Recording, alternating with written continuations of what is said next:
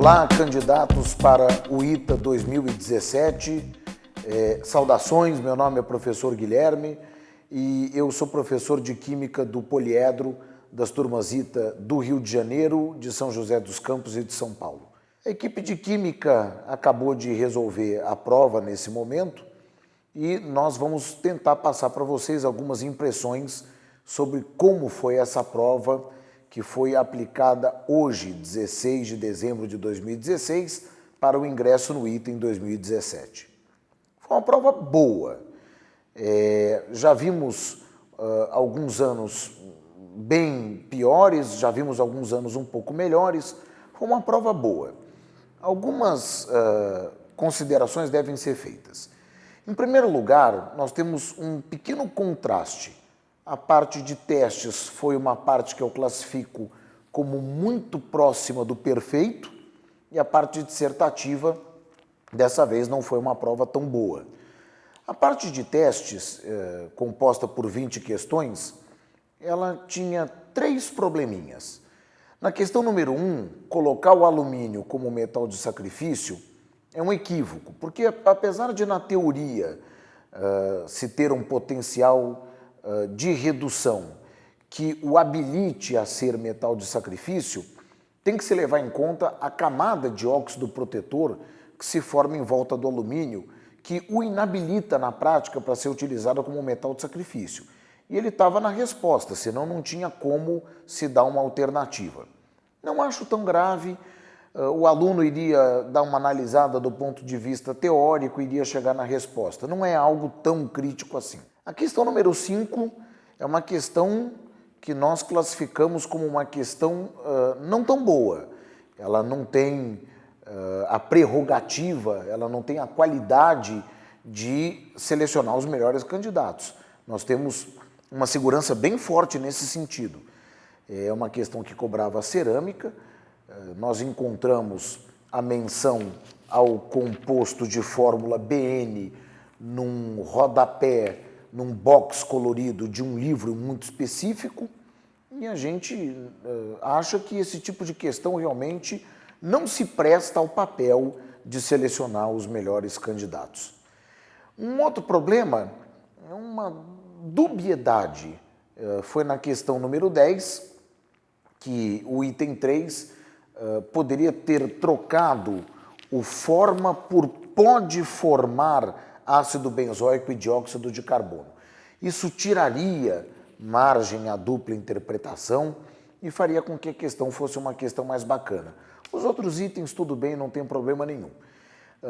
Queremos destacar também que na parte de testes, a gente lamentou talvez uma distribuição não tão equitativa dos assuntos. 2 questões de cinética, nenhuma questão de radioatividade, 2 questões de propriedades coligativas e, de repente, nenhuma questão de eletrólise na prova. Então, quer dizer, poderia ter sido uma prova mais bem distribuída, mas nós da equipe classificamos a prova na parte de testes como sendo uma prova muito boa. 17 a 18 questões que avaliavam e muito bem quem são efetivamente os candidatos mais bem preparados. Eu adoraria poder dizer a mesma coisa a respeito da parte dissertativa. Infelizmente não podemos. Foi uma prova com 10 questões dissertativas, a distribuição não foi boa, nós tivemos muita concentração em assuntos muito específicos e assuntos gerais foram muito preteridos, então a gente lamenta um pouco por isso, né? E, infelizmente, 2 questões de uma especificidade muito grande, como é o caso da questão número 22 e como é o caso da questão número 25.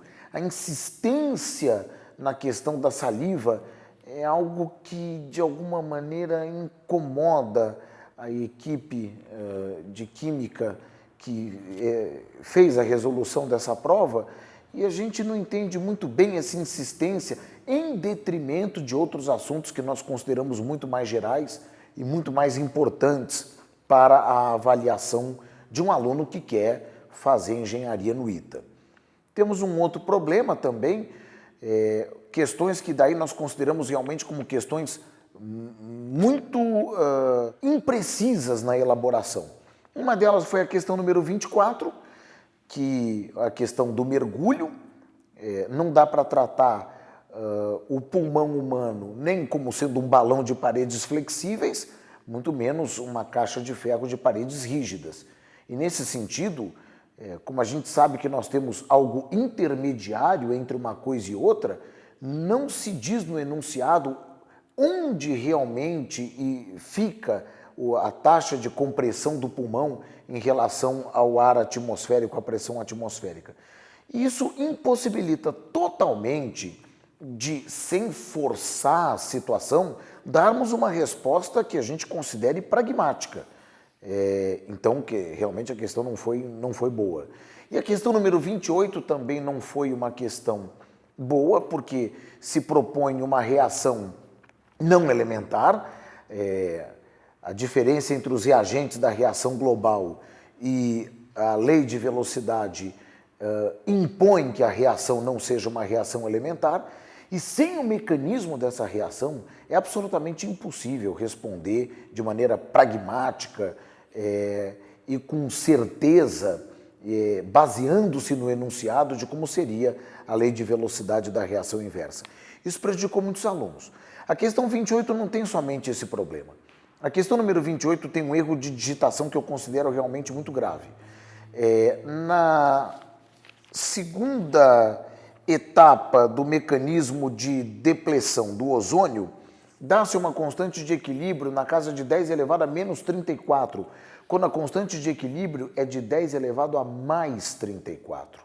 Quando o aluno encontra a resposta baseando-se na digitação, no enunciado e obedecendo a ele de maneira fidedigna, ele encontra um resultado para a constante de equilíbrio da reação global de depleção da camada de ozônio completamente fora de propósito.